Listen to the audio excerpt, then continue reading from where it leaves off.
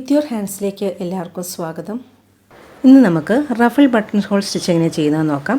Button hole സ്റ്റിച്ചിൻ്റെ ഒരു ചെറിയ വേരിയേഷനാണിത്. ആദ്യം ബട്ടൺ ഹോൾ സ്റ്റിച്ച് ചെയ്തതിന് ശേഷം ഒരു ചെറിയ മാറ്റം വരുത്തുന്നതാണിത്. അപ്പം നമുക്ക് ആദ്യം അതെങ്ങനെ ചെയ്യുന്നത് നോക്കാം. അതിൻ്റെ ഫ്ലവേഴ്സിൻ്റെ പെറ്റലുകളാണ് റഫിൾ ബട്ടൺ ഹോൾ സ്റ്റിച്ച് ചെയ്യാൻ പോകുന്നത്. അപ്പോൾ അതിന് നമുക്ക് ചെയ്യുമ്പോൾ ആദ്യം ബട്ടൺ ഹോൾ സ്റ്റിച്ച് ഇത് മുഴുവൻ ഫില്ല് ചെയ്യണം. അപ്പോൾ ആദ്യത്തെ ഇതിൻ്റെ ബേസ് ബട്ടൺ ഹോൾ ചെയ്യുന്നത് എപ്പോഴും ത്രെഡിനധികം കട്ടി വേണ്ട, 2 അല്ലെങ്കിൽ 3 സ്ട്രാൻഡ്സ് എടുക്കുന്നതാണ് നല്ലത്. അപ്പോൾ ഞാനിവിടെ 2 സ്ട്രാൻഡ്സ് ത്രെഡ് എടുത്തിട്ടുള്ളൂ. കാരണം അത് വളരെ ചെറിയ ഒരു ഫ്ലവറും കൂടെ ആയതുകൊണ്ട് 2 സ്ട്രാൻഡ്സ് തന്നെ ത്രെഡ് എടുത്തിട്ടുള്ളൂ. വലിയ ഫ്ലവേഴ്സൊക്കെ ഫില്ല് ചെയ്യാൻ ഈ സ്റ്റിച്ച് നല്ലതാണ്. അപ്പോൾ നമുക്ക് ആദ്യം ഇതൊന്ന് ബട്ടൺ ഹോൾ വെച്ച് ഫില്ല് ചെയ്യാം. സാധാരണ ബട്ടൺ ഹോൾ സ്റ്റിച്ച് ചെയ്യുന്നതിൻ്റെയും അതുപോലെ വിബ്ഡ് ബട്ടൺ ഹോൾ ചെയ്യുന്നതിൻ്റെയൊക്കെ വീഡിയോ ഞാൻ ഇതിനു മുമ്പ് ഇട്ടിട്ടുണ്ട്. അപ്പോൾ അതിൻ്റെ ലിങ്ക് ഞാൻ ഡിസ്ക്രിപ്ഷനിൽ ഇട്ടേക്കാം. അതറിയാത്തവർക്ക്, ബട്ടൺ ഹോൾ സ്റ്റിച്ച് ചെയ്യാൻ അറിയാത്തവർക്ക് ആ ലിങ്ക് ഒന്ന് പോയി നോക്കിയാൽ മതി.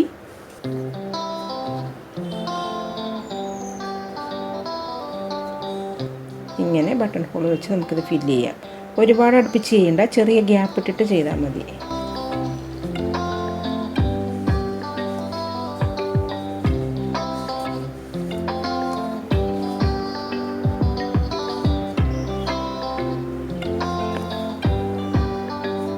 ഈ പെറ്റലുകളെല്ലാം ഇതുപോലെ നമുക്ക് കംപ്ലീറ്റ് ചെയ്തെടുക്കാം.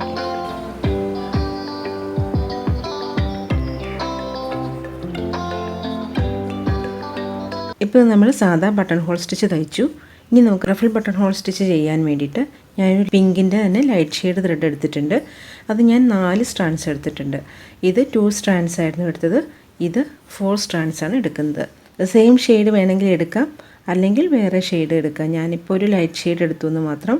നമുക്ക് ഏറ്റവും അറ്റത്തെ ആ ബട്ടൺ ഹോളിൻ്റെ ഉള്ളിൽ നിന്ന് ഇത് കുത്തിയെടുക്കാം. എന്നിട്ട് ഈ ഓരോ ബട്ടൺ ഹോളിൻ്റെ ഉള്ളിൽ കൂടെ നീഡിലൊന്ന് പാസ് ചെയ്ത് ത്രെഡ് നീഡിലിന് അടിയിൽ കൂടെ വയ്ക്കണം.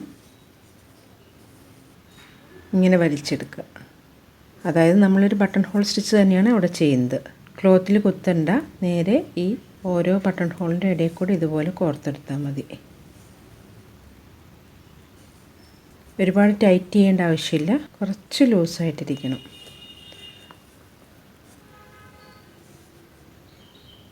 വിബ്ഡ് ബട്ടൺ ഹോൾ ചെയ്യുന്നതിനെക്കാട്ട് ചെറിയൊരു വ്യത്യാസമുണ്ട്. നമ്മൾ ബട്ടൺ ഹോൾ സ്റ്റിച്ച് തന്നെയാണ് ഇതിന് മുകളിൽ വീണ്ടും ചെയ്യുന്നത്.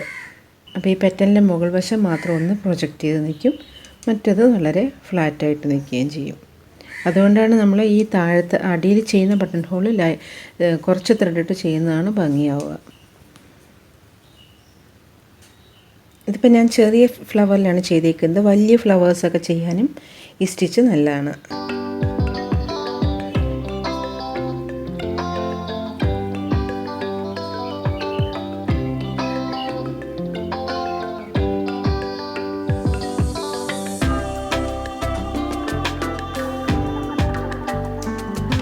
ഇതിവിടെ നീഡിൽ ഞാൻ താഴേക്ക് കുത്തി താത്തിയാൽ മതി.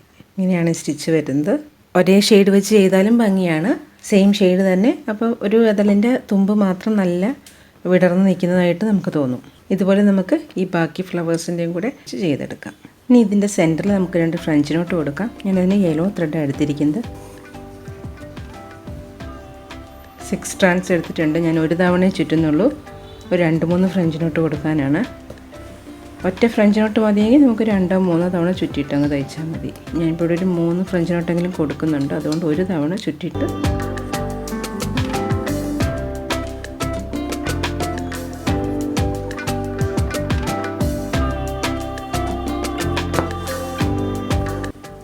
ഇനി നമുക്കിതിൻ്റെ സ്റ്റെമ്മും ലീഫും കൂടെ ഒന്ന് തയ്ച്ചെടുക്കാം. സ്റ്റെമ്മ് ഞാൻ ബാക്ക് സ്റ്റിച്ചാണ് ചെയ്യാൻ പോകുന്നത്.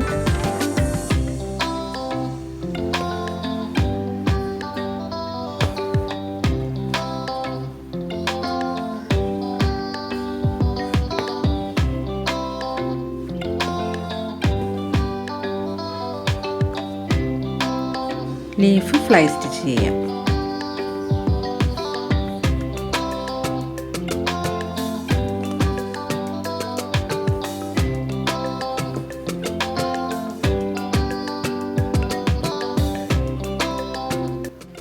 ഈ ഡിസൈൻ ഇവിടെ കംപ്ലീറ്റ് ആയിട്ടുണ്ട്. അപ്പോൾ റഫിൾ ബട്ടൺ ഹോൾ സ്റ്റിച്ച് എല്ലാവരും ഒന്ന് ചെയ്ത് നോക്കണം.